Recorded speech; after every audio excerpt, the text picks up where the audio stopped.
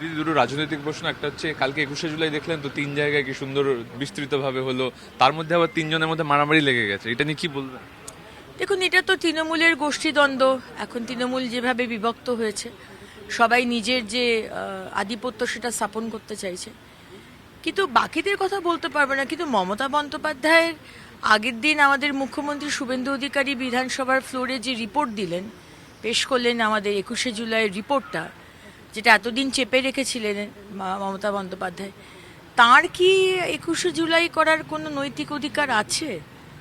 আমি সাধারণ একজন নাগরিক হিসেবে ওনাকে প্রশ্ন করব। কারণ আমরা যেটা জানতে পারলাম যে যাদেরকে মারা হয়েছিল, গুলি করা হয়েছিল, তাদেরকে 25 লক্ষ টাকা সরকার বলেছিল দেবে, তাদেরকে 2 লক্ষ টাকা দিয়েছেন।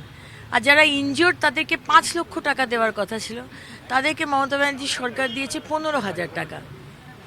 তো তারপরে এটা শুধু নয়, আজকে যে খুন করেছে, যে গুলি করেছে, যে স্বরাষ্ট্র সচিবের নাম আসছে মনীশ গুপ্তাজি, তাকে রাজ্যসভায় পাঠানো হয়েছে, তার কোনো শাস্তি হয়নি। তাকে মন্ত্রিত্ব দেওয়া হয়েছে। সে তখনকার এলওপি পঙ্কজ ব্যানার্জি বারবার বলেছেন, চিঠি লিখেছেন, কিন্তু উনি কর্ণপাত করেননি। আমাদের ট্যাক্সের টাকায় যে কমিশন বানানো হলো, খরচা করা হলো, সেই রিপোর্টটাকে চেপে দেওয়া হলো যাতে এই জিনিসগুলো না বেরোয়। কিন্তু এটাই হচ্ছে যে মানে কোনো কিছু চেপে রাখা যায় না অন্যায় করলে, এবং ইউ হ্যাভ বিন এক্সপোজড। তারপরে মমতা ব্যানার্জি, আপনার কি নৈতিক অধিকার আছে যে 21শে জুলাই নিয়ে আপনি এই 15 বছর এবং তার আগেও যে রাজনীতি করে এসেছেন, you have been completely exposed. Mamata Banerjee কালকে বলছেন উনি ইন্ডিয়া অ্যালায়েন্স নিয়ে বাংলায় লড়বেন।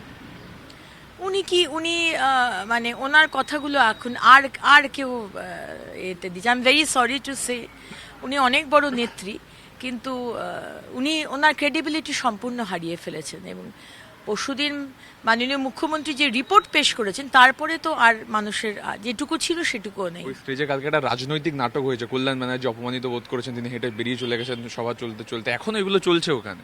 আমরা অ্যাকচুয়ালি বিশ্বাস করুন, আমরা বদার্ড নই, আমাদের সময় নেই আসলে। আমরা 50 বছর পিছিয়ে গেছি, 50 বছর না, প্রবাবলি 100 ইয়ার্স। সময় নেই হাতে, অনেক ডেভেলপমেন্ট করতে হবে। সকাল থেকে রাত অবধি সেটা নিয়ে চিন্তা করছি, সেটা নিয়ে কাজে নামছি। মানুষের আমরা সাজেশনস চাই। কে কল্যাণ ব্যানার্জি, কে অভিষেক ব্যানার্জি, কে স্টেজে থাকলো, কে নেমে গেল, কে ঝগড়া করলো, কে তুই তুকারি করে গালাগালি করলো, এগুলো এই নেগেটিভ রাজনীতির জন্য আমাদের কাছে সময় নেই।